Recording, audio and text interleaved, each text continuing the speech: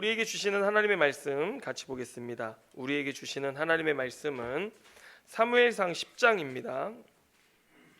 사무엘상 10장 1절부터 8절의 말씀 우리 같이 보도록 하겠습니다.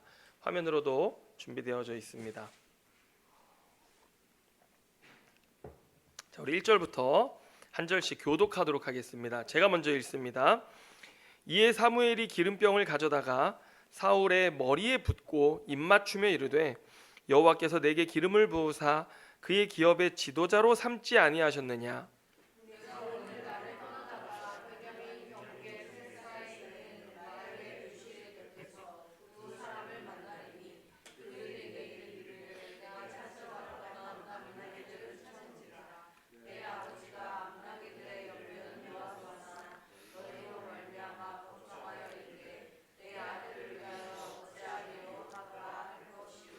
내가 거기서 더 나아가서 다볼 상수리 나무에 이르면 거기서 하나님을 배우려고 베델로 올라가는 세 사람을 만나리니 한 사람은 염소 새끼 셋을 이끌었고 한 사람은 떡 세 덩이를 가졌고 한 사람은 포도주 한 가죽 부대를 가진 자라.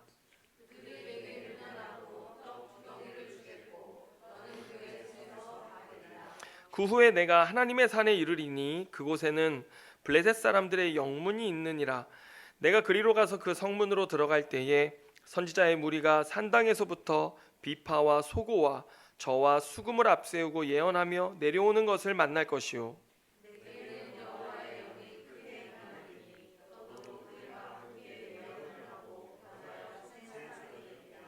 이 징조가 내게 임하거든 너는 기회를 따라 행하라. 하나님이 너와 함께 하시느니라. 같이 읽습니다. 너는 나보다 앞서 길갈로 내려가라. 내가 네게로 내려가서 번제와 화목제를 드리리니 내가 네게 가서 내가 행할 것을 가르칠 때까지 7일 동안 기다리라. 아멘. 자, 오늘 이 말씀 가지고 하나님이 찾으시는 왕 13번째 말씀을 함께 나누도록 하겠습니다. 여러분, 오늘 성경에 나타나는 사울이라는 사람의 특징 중 하나가 있다면 그는 영적인 교감 능력이 부족한 사람이었습니다. 여러분, 이러한 점은 그가 리더가 되기에, 특별히 이스라엘 백성 온 이스라엘을 이끄는 왕이 되기에는 부적합한 인물 중 한 사람이라는 것을 보여주는데, 영적 지도자가 되는 일에 있어서만큼은 더더욱 그랬습니다. 여러분, 사실 하나님이 이 사울 왕을 세우는 과정을 이렇게 보면 우리가 보기에도 매우 갑작스럽습니다. 갑자기 암나기를 잃어버렸는데 암나기를 찾다가 갑자기 사무엘에게 가자고 했는데 사무엘에게 갔더니 너를 왕으로 세우겠다 해가지고 밤새 얘기하고 기름 부어서 왕이 된 겁니다. 얼마나 갑작스럽습니까? 오늘날의 우리들의 눈으로 보기에도 우리가 보기에 그냥 정상적인 방식, 일상적인 방식과는 매우 다르다라는 것을 우리가 알 수 있는데, 하지만 우리가 성경을 보면요, 특별히 사사기와 이 사무엘서의 연속적인 관점으로 우리가 성경을 보면 하나님이 사사들을 부르시고 세울 때에는요, 우리가 보통 생각하는 방식과 다르게 하나님의 사람들을 세우셨습니다. 왜냐하면 하나님이 찾으시는 사람, 하나님이 사용하시는 사람은 어떤 탁월한 능력이나 기술이나 실력보다도 하나님이 요구하시는 것 단 한 가지를 지킬 수 있는 사람이었어요. 어떤 사람이었습니까? 하나님의 말씀에 순종할 줄 아는 사람. 그 순종을 요구하셨기 때문에 하나님은 오늘날 우리가 사람들을 뽑고 세우는 방식과 달리 하나님은 갑작스럽게라도 사람을 세우셔서 그 사람을 사용하시는 것을 볼 수 있는데, 하나님이 요구하시는 것 하나, 그거였습니다. 유일한 조건이었어요. 하지만 사울은 그런 영적인 센스, 영적인 눈이 둔했습니다. 그러다 보니 사울의 우리가 이렇게 기록들을 좀 살펴보면 반복적으로 드러나는 그런 모습들이 있어요.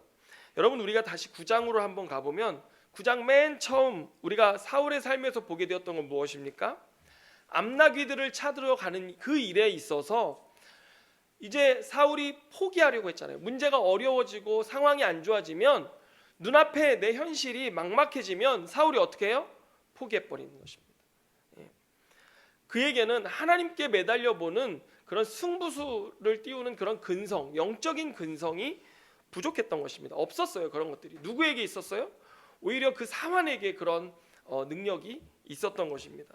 우리가 또 하나를 보면 9장 20절 21절에 나타나는데 사울이 사무엘을 만났을 때 사무엘이 했던 말이에요. 한번 같이 읽어볼까요? 9장 20절로 21절 화면에 있습니다. 같이 한번 읽습니다. 시작. 사흘 전에 이른 내 암나귀들을 염려하지 말라 찾았느니라. 온 이스라엘이 사모하는 자가 누구냐?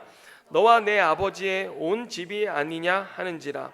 사울이 대답하여 이르되 나는 이스라엘 지파의 가장 작은 지파 베냐민 사람이 아니니까 또 나의 가족은 베냐민 지파 모든 가족 중에 가장 미약하지 아니하니까 당신이 어찌하여 내게 이같이 말씀하시나이까 하니. 여러분, 학자들 중에는 이 9장을 해석함에 있어서 두 가지 의견으로 나누어지는 것을 우리가 알 수 있습니다. 자, 한쪽의 학자들은 뭐라고 얘기하냐면 지금 이 사무엘서 9장에 제사를 위해서 지금 사무엘이 모았잖아요. 사람들을 모았는데 그 모인 사람들이 누구냐? 이미 사울을 왕으로 옹립하기 위해서 모인 30명의 사람이라고 하는 것입니다. 그래서 우리가 방금 읽은 20절을 보면 온 이스라엘이 사모하는 자가 누구냐라고 했을 때 이거 누굴 얘기하는 거예요? 벌써 거기 있는 모인 30명의 사람들은 누구예요?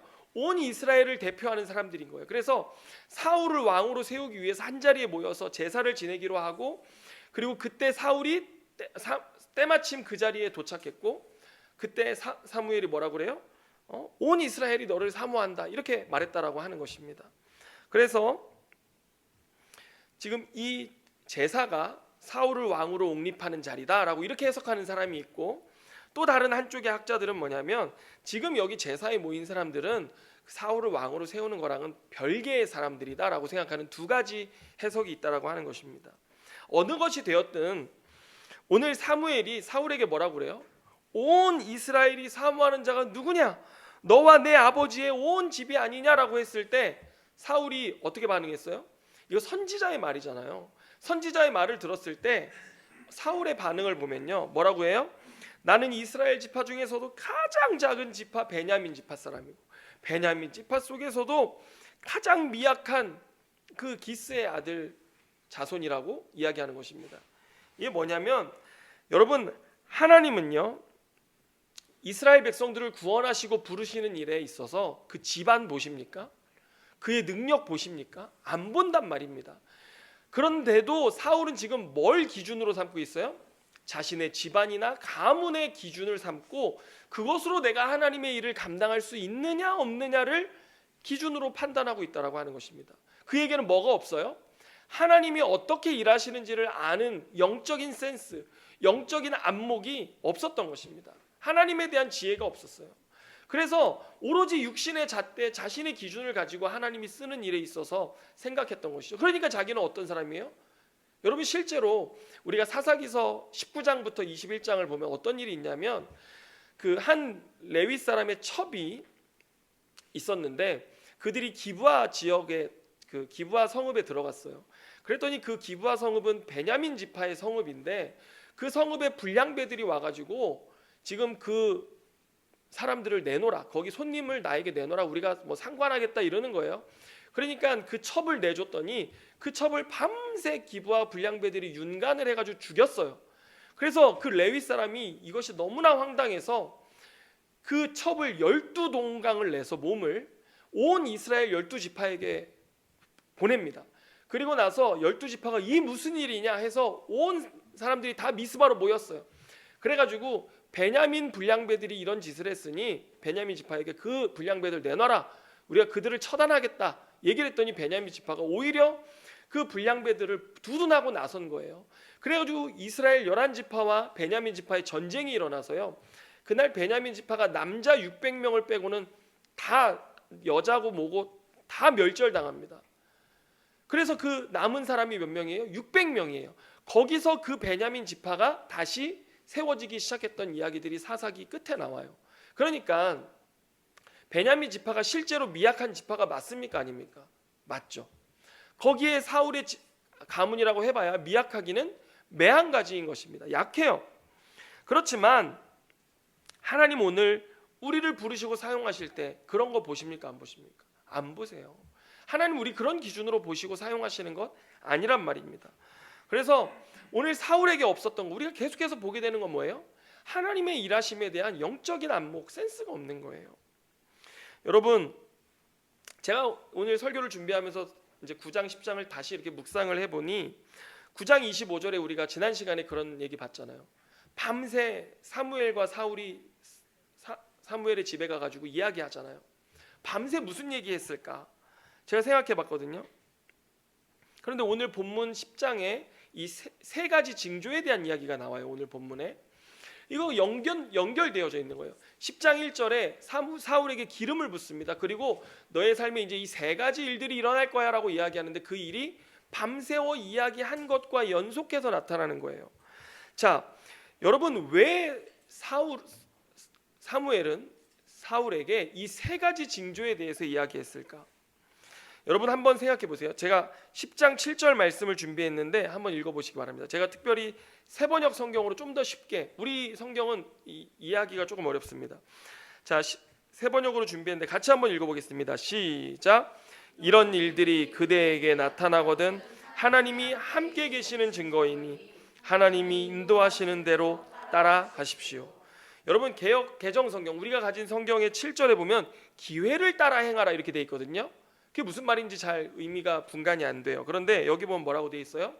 너가 이런 일을 겪으면 하나님이 너와 함께 계시는 증거니 이제는 하나님의 인도하심을 따라서 행해라, 그 이야기를 하는 것인데, 여러분 이런 맥락에서 다시 그 밤샘의 대화, 어떤 대화였을까 생각해 보면요, 사무엘이 영적으로 둔감하고 안목이 없는 사울을 밤새 설득한 거예요.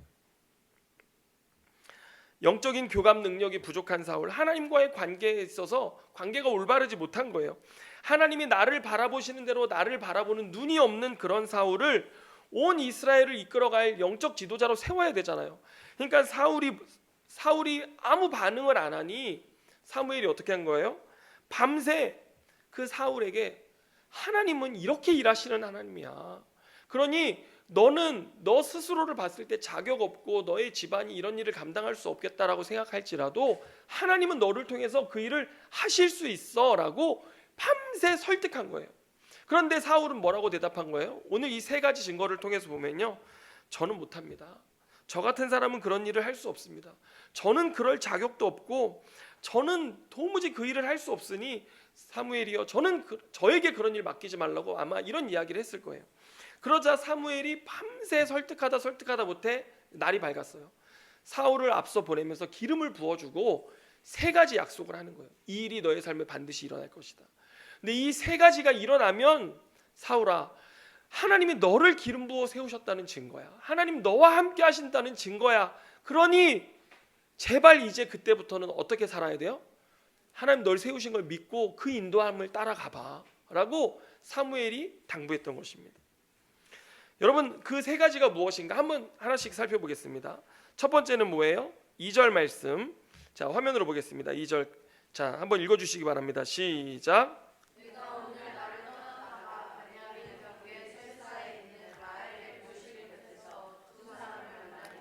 그들이 내게 이르기를 내가 찾으러 갔던 암나기들을 찾은지라. 내 아버지가 암나기들의 염려는 놓았으나 너희로 말미암아 걱정하여 이르되 내 아들을 위하여 어찌하리요 하더라 할 것이요. 자, 첫 번째 징조는 뭡니까?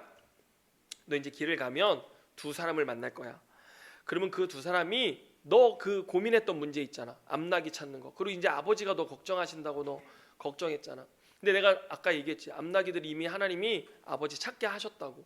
그런데 이제 그들을 만나면 그들이 아버지가 너를 걱정하고 계신다는 사실을 말해줄 거야 라고 예언한 것입니다. 이 징조가 일어날 것을 이야기한 거예요. 그랬더니 진짜 실제로 그런 사람들을 만났고 그 이야기를 듣게 되었어요. 여러분 이걸 통해서 사울이 깨닫기 원했던 건 뭐냐면, 하나님 너의 삶의 문제에 있어서 그 문제 가운데 늘 함께 하시는 분이셔. 그러니까 너의 삶을 돌보시고 함께 하시는 그 하나님을 경험하는 거예요. 이게 첫 단계입니다. 그리고 이제 두 번째 단계로 나아가는데, 여러분 제가 지난 시간에도 한번 말씀드린 적이 있습니다. 하나님의 부르심은 어디서 시작한다고요? 우리의 삶의 작은 문제, 소소한 삶의 기도 제목으로부터 시작되는 거예요. 여러분, 그래서 꼭 기억하세요. 하나님이 내 삶의 작은 문제 가운데 응답하시고 내 기도 가운데 응답하시기 시작하실 때 그거는 하나님이 나를 향한 부르심입니다. 하나님이 우리를 부르시는 증거예요. 내가 이렇게 응답해 줬지. 그 응답은 뭐냐면 너가 이 일 가운데로 한 걸음 더 나오기를 원해. 너가 나를 신뢰하고 나의 부름에 응답하기를 원해라고 말하시는 하나님의 콜링이고 부르심이에요. 여러분, 매 순간 매 삶 가운데 함께 하시는 하나님을 경험할 때마다 우리는 그 경험보다 더 중요한 거 뭘 바라봐야 돼요? 하나님 날 부르시고 계시는구나. 하나님 날 사용하기 원하시는구나 라는 것을 여러분 깨달으셔야 된다라고 하는 것입니다. 만약 우리가 하나님이 응답하시는 그 은혜는 좋아요. 그런데 그 은혜에 응답하지 않고 그 은혜만 좋아하고 있다면 우리는 하나님을 이용하는 죄를 범하고 있는 것입니다. 우리는 그 응답 가운데 뭐가 담겨 있다는 걸 알아야 돼요? 날 부르시는 콜링이 담겨 있다는 것을 알아야 돼요. 여러분, 그 일에 믿음으로 반응하시는 여러분 되시기를 축원합니다. 자, 이제 두 번째 단계, 어떤 단계로 나아가느냐? 3절과 4절을 읽어보겠습니다. 시작.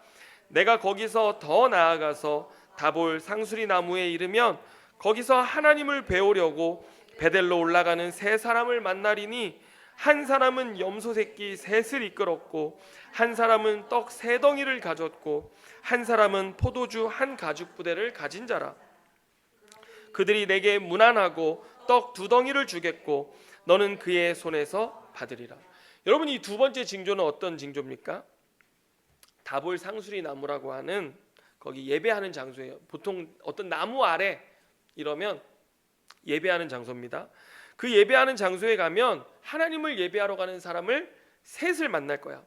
그런데 그들이 너에게 떡 두 덩이를 줄 거야 라는 것을 말씀합니다. 그런데 사울이 실제로 가니까 그 사람들을 만났고 그들이 자기에게 떡 두 덩이를 주는 거예요. 여러분, 이것은 사울이 기름 부음 받았다는 것이 어떤 의미인지를 알려주는 것인데, 여러분, 지난 시간 제가 말씀드렸죠. 사울이 제사 자리에 갔을 때 사무엘이 사울에게 뭘 줬어요? 넓적다리 줬잖아요. 그 누가 먹는 거예요? 원래 제사장만 먹는 음식이었잖아요. 그런데 사울이 먹었잖아요. 그러니까 다시 말해서 기름 부음 받은 자가 되었다라는 그의 직분, 그의 사명, 그의 소명에 대한 증거로 넓적다리를 받아 먹은 거예요. 근데 오늘 여기서도 동일하게 사무엘은 또 뭘 기억하게 하냐면, 이제 너는 너가 일해서 먹고 사는 삶의 자리가 아니라 너는 하나님이 세우신 기름 부음 받은 자라고 하는 그 직분에 걸맞게 너가 가다 보면 너의 필요에 따라 사람들이 너에게 주는 재물을 받아 먹게 되는 그런 삶을 살아갈 자가 됐다는 거야 라고 뭘 가르쳐 주는 거예요? 지금 그가 어떤 직위에 올랐는지를 알게 해주는 것입니다. 이제 사울은요, 왕이에요. 왕은 백성들로부터 먹을 것을 받아 먹는 직위가 있다는 것입니다. 그것이 기름 부음 받았다는 자신의 영적 지위를 확인하게 해주는 사건이었다라고 하는 것입니다. 여러분, 사명의 길에는 정말 이렇게 주님이 확증을 주세요. 제가 사업장 신방을 하다가 인터콥에서 훈련받고 또 지금은 거기서 갈라져 나온 어떤 선교단체에서 선교 사역을 하시는 권사님, 집사님 가정 두 분을 만났어요. 그런데 그분들이 얼마나 선교에 열정적이냐면 이집트, 예루살렘, 튀르키예, 아프간까지 다 갔다 오신 분이에요.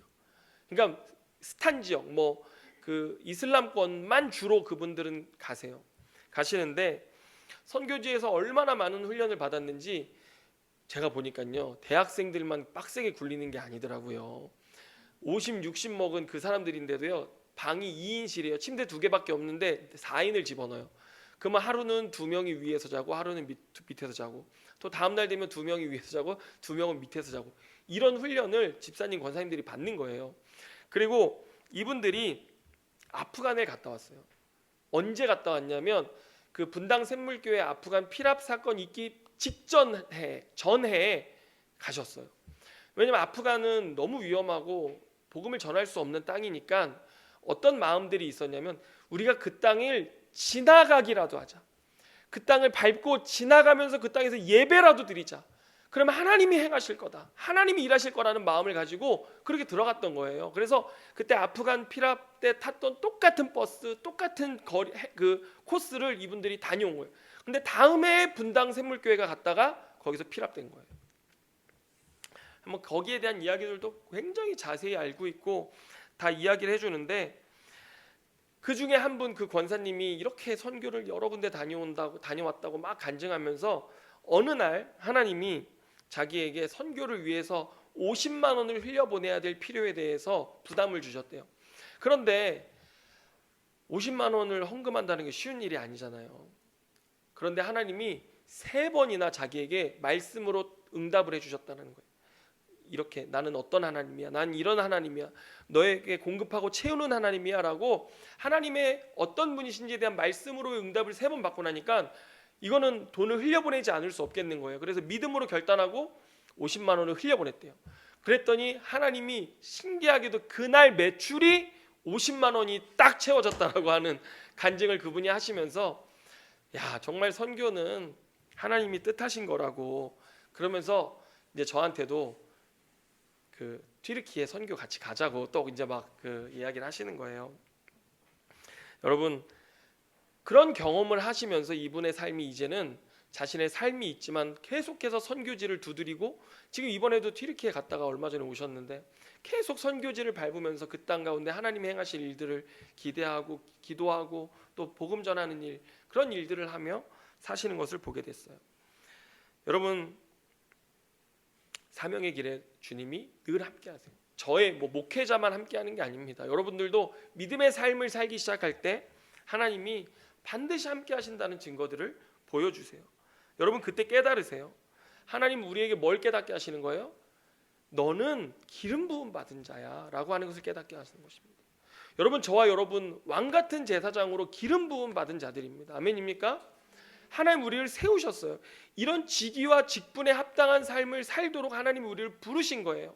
그래서 우리가 그런 삶을 믿음으로 살아가기 시작할 때 하나님 때마다 일마다 우리와 함께 하시고 그 사명을 감당할 수 있게 하시고 그것들을 채우시는 일들을 경험하게 하시는 것입니다. 여러분, 그래서 사명은 신분이에요. 우리의 사역의 신분, 내가 어떤 사람인지 나의 신분을 알게 해주시는 일들입니다.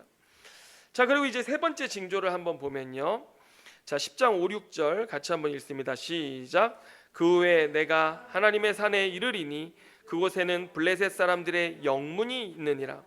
내가 그리로 가서 그 성읍으로 들어갈 때에 선지자의 무리가 산당에서부터 비파와 소고와 저와 수금을 앞세우고 예언하며 내려오는 것을 만날 것이요, 내게는 여호와의 영이 크게 임하리니 너도 그들과 함께 예언을 하고 변하여 새 사람이 되리라. 여러분, 이 3번째 징조가 뭐냐면 성령 세례입니다. 우리가 사사기를 보면 하나님께서 사사들을 부르실 때 그들에게 여호와의 영이 임했습니다. 사사기에서의 성령의 임함은 곧 하나님이 그와 함께 하신다는 증거고, 그 성령을 받은 그 사사가 나가서 싸우면 백전백승이었습니다. 성령이 임하면 곧 승리다라고 하는 그런 공식이 있는 것처럼 하나님이 임한 자에게는 반드시 승리가 따라왔어요.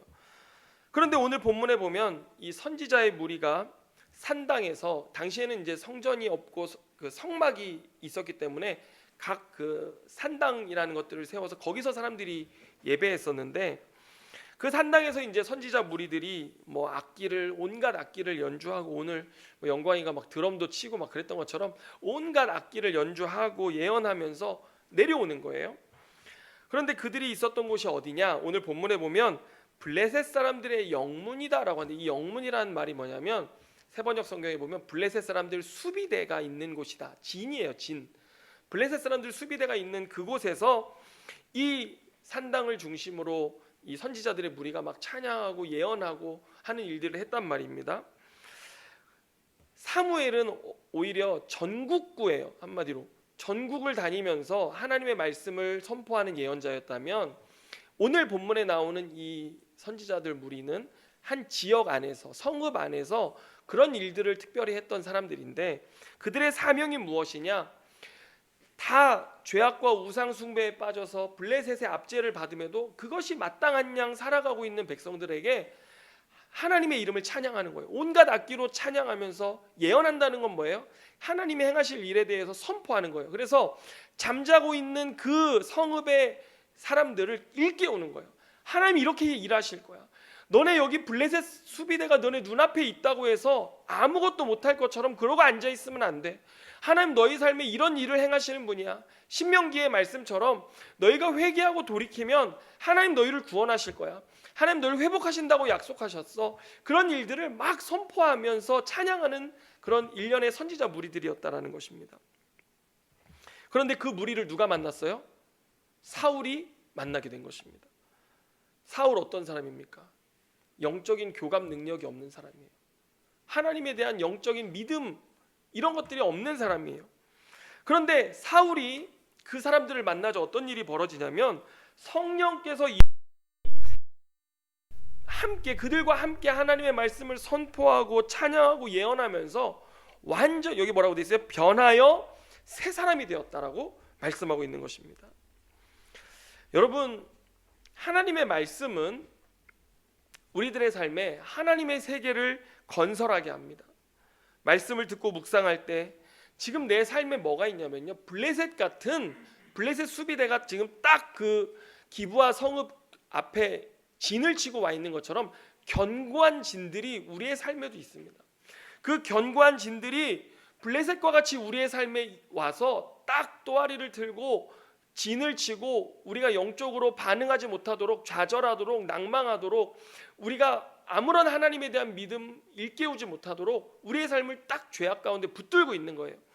그러면 어떻게 됩니까? 속박되게 되죠. 매이게 되죠. 두려워하게 되고 그런 삶의 문제 속에 우리가 빠져들게 되는 것입니다. 믿음으로 반응하지 못하게 돼요. 그런데 하나님의 말씀이 그런 매인 우리의 삶 속에 선포되어지기 시작하고 예언되기 시작하고 찬송하기 시작하고 이게 예배되기 시작할 때 어떤 일이 이루어집니까?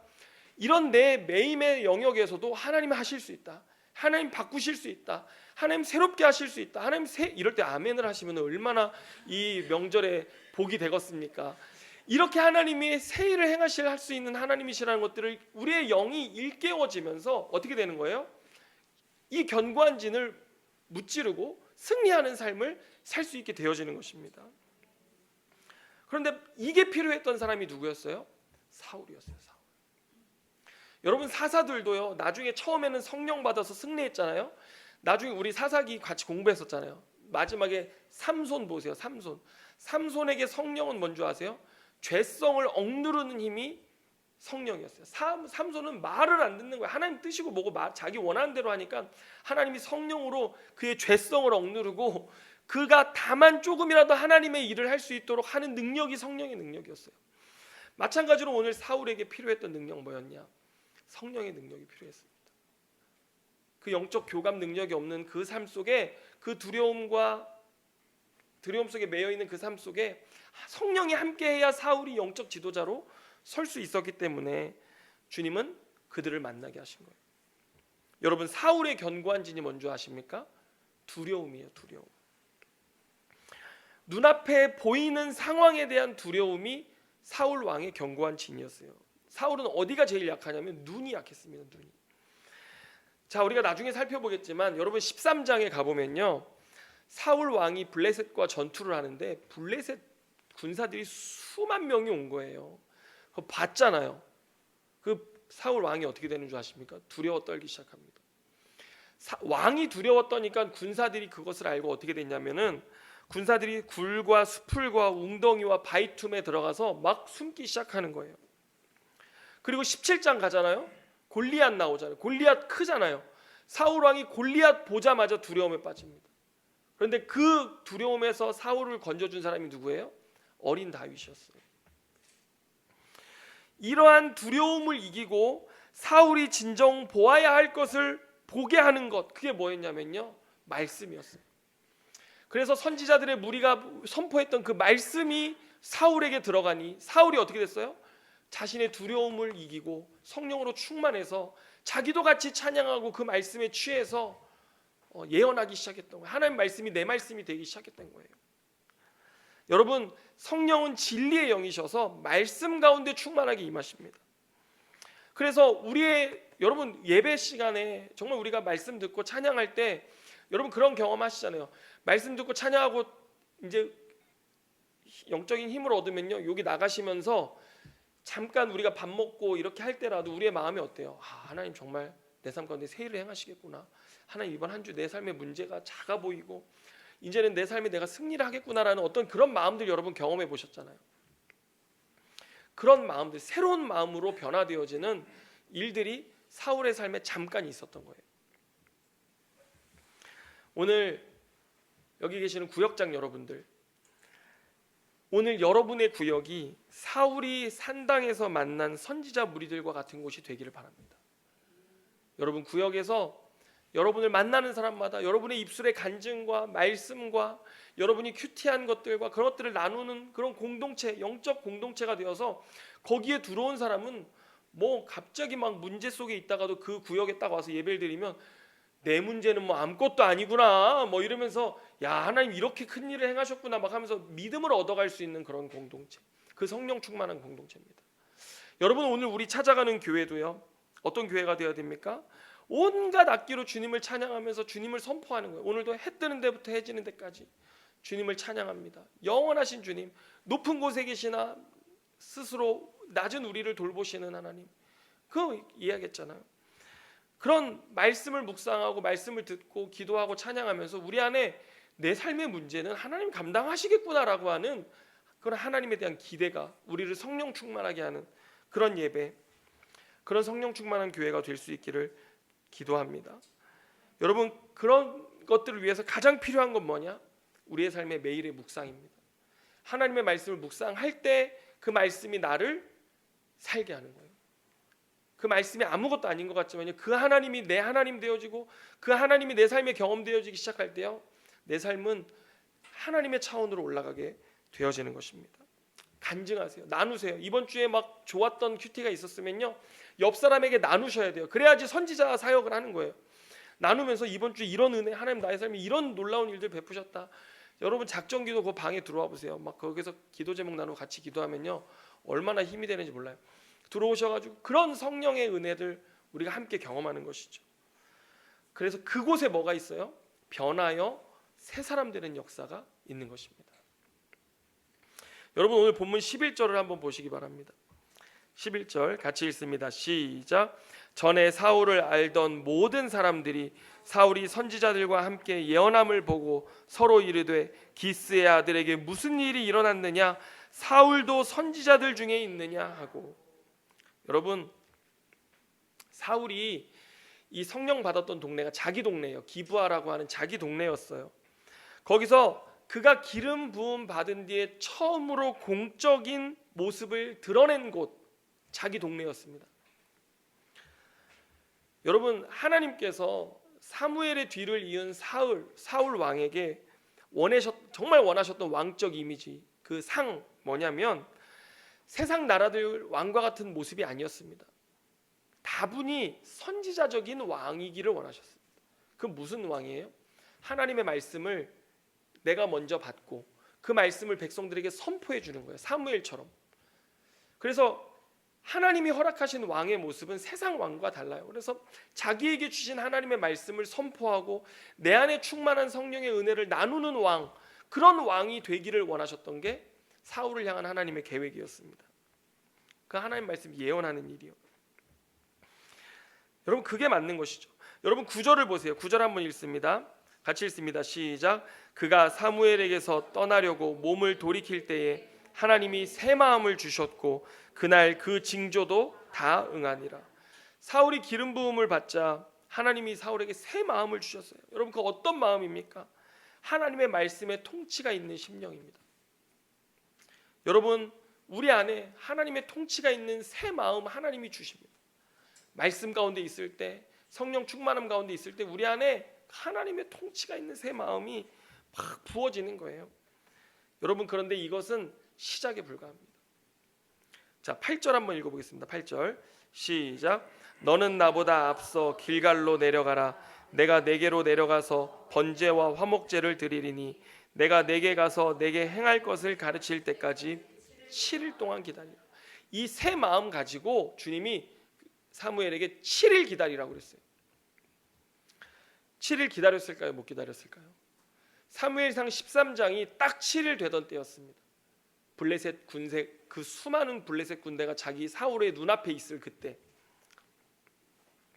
7일 되었을 때 7일밖에 안 됐는데 그 군사들이 내 눈앞에 가득 찬 걸 보니까요, 또다시 두려움이 눈을 통해 사울의 삶을 장악하기 시작하는 거예요. 두려움이 엄습하는데 사무엘이 분명 7일 되면 온다고 그랬거든요. 안 오는 거예요. 그러니까 사울이 어떻게 하냐면 기다리라고 그랬는데 자기가 제사를 드려버립니다. 두려워서.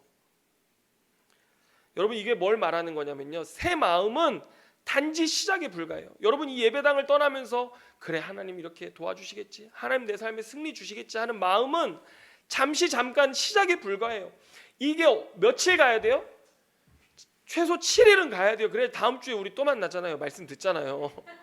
최소 7일은 가야 되는데 우리의 말씀이 내 안에 새 마음이 그렇게 길지 않다라고 하는 것입니다. 그럼 어떻게 해야 돼요? 계속해서 우리가 큐티하고 하나님 말씀 안에 머물면서 하나님에 대한 영적인 교감 능력을 우리가 키워야 하는 것입니다. 그리고 계속해서 영적인 안목을 가지고 삶을 바라보면서 버텨서는 훈련들이 계속 되어져야 하는 것입니다. 여러분, 그럴 때 오늘 하나님이 우리의 삶이 정말 하나님이 원하시는 모습, 하나님이 찾으시는 왕의 모습 되게 하시는데, 여러분, 사실 저는 오늘 이 삶에 나타난 세 가지 징조가 여러분의 삶에 없기를 바랍니다. 왜 그런 줄 아세요? 이 징조는 누구에게 필요한 거냐면요, 사무엘이 사울을 밤새 설득해도 말 안 통하는 사람, 이해를 못하는 사람, 하나님의 은혜에 대해서 꽉 막혔어요. 그리고 늘 자신의 눈에 보이는 거에 매여서 두려워하고 전전긍긍하고 그렇게 살아가는 사람. 그래서 하나님이 이제는 세 가지 징표를 통해서라도 자 봐, 이제 됐냐? 이제 내가 너와 함께하는 거 믿겠냐? 이런 사람들한테 주는 게 몇 가지 징조예요? 세 가지 징조. 여러분, 이거 받으시겠습니까? 기드온이 그런 사람이었어요. 여러분, 하나님 저 못합니다. 그랬더니 양털에 적셨다가 양털은 마르고 그 바깥에는 또 적셨다가, 그랬더니 조금 할 수 있을 것 같은데 3만 명 일어나니까 하나님 또 300명만 남겨놓으니까 또 두려워가지고 못 가겠다니까 꿈으로 또 확신시켜주고 또 가보라고 하고, 거기서 적진이 야, 기드온이라는 빵덩어리가 와가지고 우리를 다 뒤집는 꿈을 꿨어. 그러고 나니까 이제 힘이 나가지고 하나님 말씀에 순종해서 싸웠어요, 안 싸웠어요? 기드온이 안 싸웠어요. 나팔 불고 항아리 깬 거밖에 한 게 없어요. 그거 하기까지 기드온이 그렇게 목이 곧고 고집 세고 안 하는 거예요. 하나님이 하래도. 그게 누구 모습이에요? 오늘 저와 여러분의 우리의 모습입니다. 그래서 이 세 가지 징조 없는 여러분 믿음의 사람 됐으면 좋겠어요. 하나님이 징조 안 보여줘도 하나님이 이렇게 했으면 좋겠다라는 뉘앙스만 비춰도 예 주님 제가 그렇게 하겠습니다, 이런 사람이 돼야지. 첫 번째 단계, 두 번째 단계, 세 번째 단계, 하나님 이런 거 우리에게 하셔가지고 우리가 말 듣는 사람이 된다면, 하나님 순종하는 사람 된다면 얼마나 안타까운 현실입니까? 여러분, 정말 목이 곧은 백성, 고집센 백성 되지 말고 하나님 부르실 때 예하고 하나님 말씀하실 때 아멘하고 주님의 인도하심을 따라가는 저 여러분 다 되시기를 주님의 이름으로 축원합니다. 기도하겠습니다. 하나님 아버지, 감사합니다. 오늘 우리 안에 하나님이 허락하시는 새 마음, 하나님의 말씀으로 충만하고 하나님을 향한 찬송으로 가득한 새 마음, 변화된 새 사람의 모습, 정말 우리의 모습 되어지기를 원합니다. 하나님, 우리를 그렇게 세워가시는 주님, 목이 곧고 고집세고 완악한 우리의 모습을 주님 앞에 회개합니다. 주여, 주님의 은혜를 온전히 우리의 삶을 향한 은혜의 부르심으로 알고 응답할 수 있는 그런 믿음의 사람들 다 되도록 우리를 축복하여 주시옵소서. 우리가 하나님의 은혜를 부르심이 아닌 내가 취할 은혜로만 생각해서 그것을 누리는 죄를 범하고 있다면 용서하여 주시고, 오늘 우리를 믿음의 자리로 부르시는 그 주님 앞에 믿음으로 반응하는 우리의 삶이 되게 하여 주옵소서. 하나님, 그 은혜가 우리 교회 안에 충만하기를 원하고 정말 말씀과 성령으로 충만한 우리 공동체 되기를 주님 원합니다. 우리 교회 가운데 그런 충만한 은혜 부어 주시옵소서. 모든 것 주님께 감사드리며 예수님의 이름으로 기도드립니다. 아멘.